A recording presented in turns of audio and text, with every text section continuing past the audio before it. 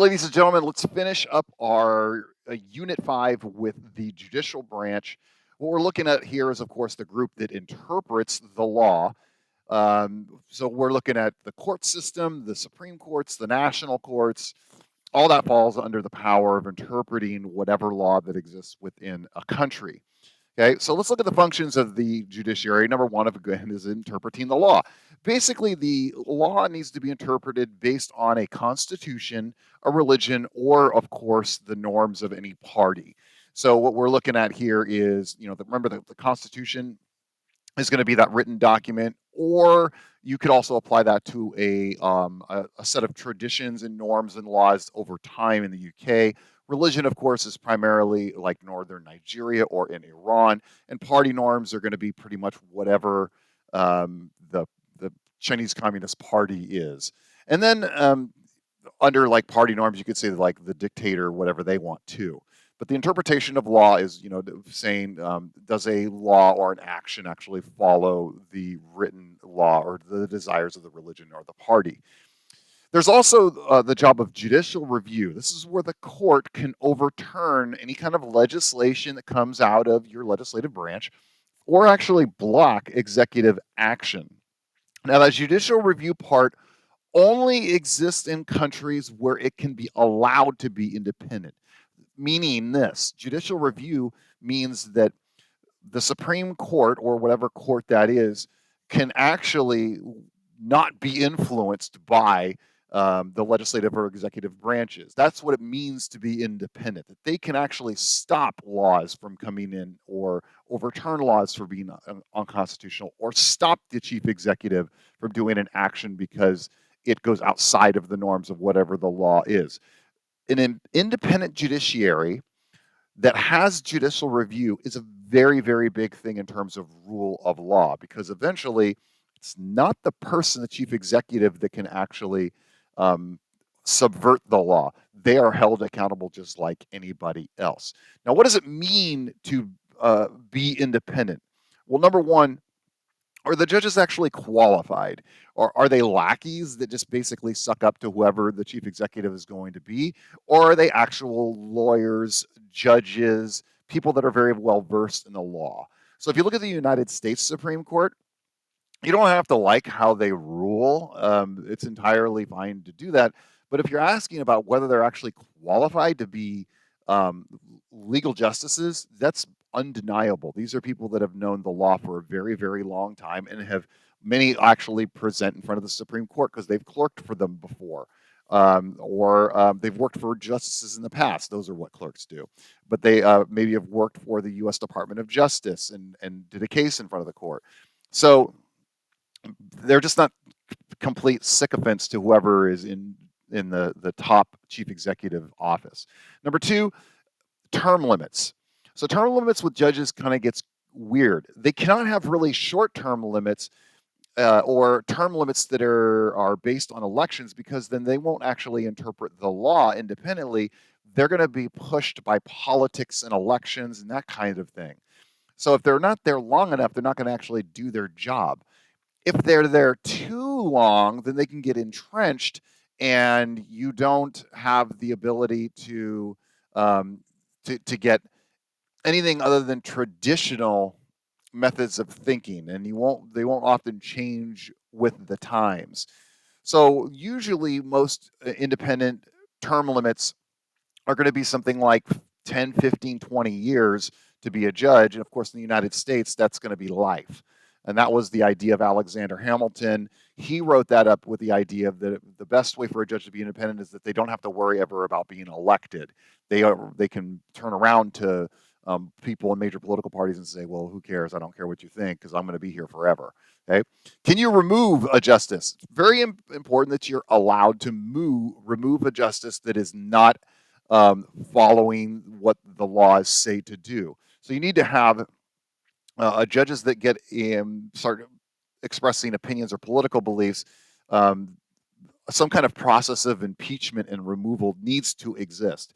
By the way, that needs to be very difficult as well, because you can't just get rid of a judge because you don't like them. You might hear like chief executives say things like, oh, it's radical judges or judges making the laws and they shouldn't be able, a president is in power and therefore they shouldn't be able to overrule the law. No, the justices are there to be a check on the president actually going above and beyond the law, because the justices are actually interpreting the law themselves, not how, meet the desires of whoever the chief executive is. And finally, the judicial review part. Can they actually overrule the legislative and executive branches? That's the most important part, that they're able to put their hand up and say, stop, what you're doing is unconstitutional, against the law, it's against rule of law, and we can have the ability to stop you from doing that. Okay. There are two types of laws that judicial branches deal with. One is common law. This is the old precedents from past laws based on tradition, past practices, past norms. And usually the interpretation done by courts is that it will look back at past Supreme Court cases or back at past court cases, past major laws, and say, oh, okay, well, this is past legal precedents, and so here's how we're going to rule on this new case. Coded law is basically all of your written laws, your all-inclusive system of written rules and codes that says, like, oh, California Penal Code 187 is murder, homicide, okay?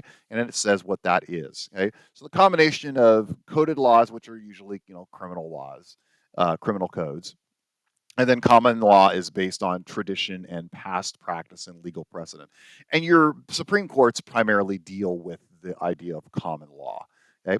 So let's talk about the judicial bodies in the AP6. We have the United Kingdom Supreme Court. It is appointed by the monarch officially, but they're nominated by essentially the Prime Minister and the House of Commons. Okay. Now, and then the monarch, remember, their approval is basically symbolic, but the Parliament and the House of Commons and the Prime Minister is the primary appointment power for the UK Supreme Court. It rules by rule of law. They deal with both common and coded laws within the United Kingdom. It is the best example of judicial review independent courts in the AP6. The next two have judicial review, but it's pretty weak. Okay, the Mexican Supreme Court is nominated by the president and confirmed by the upper house, the Mexican Senate. Yes, they do have rule of law is how they engage, and the core legal basis is the Mexican Constitution. They do have judicial review, but it's pretty weak. It's like the executive power is very strong in Mexico, and so the pushback by the judiciary is often weak and not followed through. It still is actual judicial review, but in practice, it's very weak. Nigeria has the Nigerian Supreme Court, again, nominated by a president, confirmed by the upper house of the Senate. It is nationally the Constitution of Nigeria from 1999 that deals with rule of law. But when you get farther north from the Middle Belt, Sharia law starts taking over more and more. And in local rules and local provinces and cities, then you start seeing rule by law as Sharia law takes over, and the imams and officials there will start executing things in a discriminatory fashion when it comes to women and families and that kind of thing. So Sharia law farther north, again, you still have the constitution of the national country. It doesn't, not like Sharia law overrules it, but Sharia is, for local laws, it's dominant and is ruled by law. And again, yes, they do have judicial review, but extremely weak. The president of Nigeria is also going to be much more powerful than the other two branches.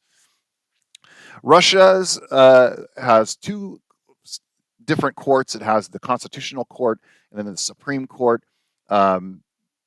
Both you're nominated by the president and then confirmed by the Federation Council, which of course is put into place by governors that are chosen by Putin. It is entirely ruled by law, whatever United Russia and Vladimir Putin want. Its core legal basis is the Constitution, except it's not. It's basically a kleptocratic system that's run by Vladimir Putin. And in theory, according to the Constitution, the judicial review exists, but it's in no practice at all does it actually exist. In Iran, you have the UK Supreme Court. The Supreme Court head of the Supreme Court is appointed by the Supreme Leader Ali Khamenei. It is entirely rule by law. Um, the Sharia law is the core legal basis there. So when it comes to like, is there judicial review? Well, it's entirely based in Sharia law, and the courts would they're put into place by the supreme leader. So the answer is no. There's no judicial review there. Sharia law dominates everything. And so there is no ability for the court to turn against Sharia law and say, no, there's no. So, no, there's no judicial review only because Sharia law is the ultimate law of the land. And of course, we have the People's Republic of China. Who appoints them? The Chinese Communist Party, because it's our always party all the time. It's entirely ruled by law. The core legal basis is whatever the Communist Party doctrine is at the time. And this time, right now, the Communist Party doctrine is entirely based around Xi Jinping and absolutely no rule of law at all. So, independent judiciary, the ability for courts to have judicial review, to say no to the legislative and executive branches, definitely exists in the UK. It's very weak in Mexico and Nigeria.